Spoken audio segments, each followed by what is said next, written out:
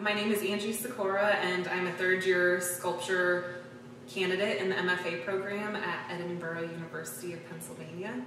Well, I came into Edinburgh making very traditional work, formal compositions out of steel, and since I've been here, my work has changed drastically. I have a process-based studio practice where I'm interested in materials, I'm interested in material culture and what materials are capable of doing. Within my studio practice, I make a number of small material studies which will then turn into more realized forms that'll see the capability of what a material can do, and I will really want to run with that and push it to a greater degree. But the way I work is very similar to craft-based processes, so such as knitting, crocheting, sewing even.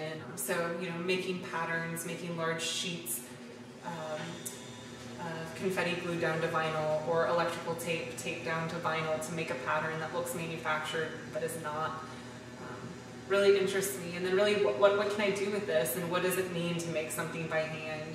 I think that there's a delightful surprise or experience that happens when my audience realizes the process that went into making these pieces, or when the viewer realizes that this is something that's a very common material, such as electrical tape or confetti. I think it's very important as an artist to respond to works that emerge through the act of making, and not to limit yourself to one way of making or limit yourself to one mode of expression.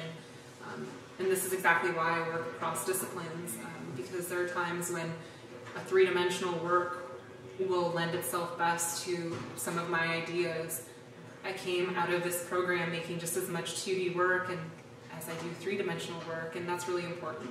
The most important thing I've learned during my time at Edinburgh is that even though there may be times when you feel like you're taking steps back in your studio process, and for me that's making these small studies sometimes. I feel like sometimes I'm not pushing forward, but so many things come out of these small material studies for me that really allow me to keep pushing forward. And as long as you're continuing to make work,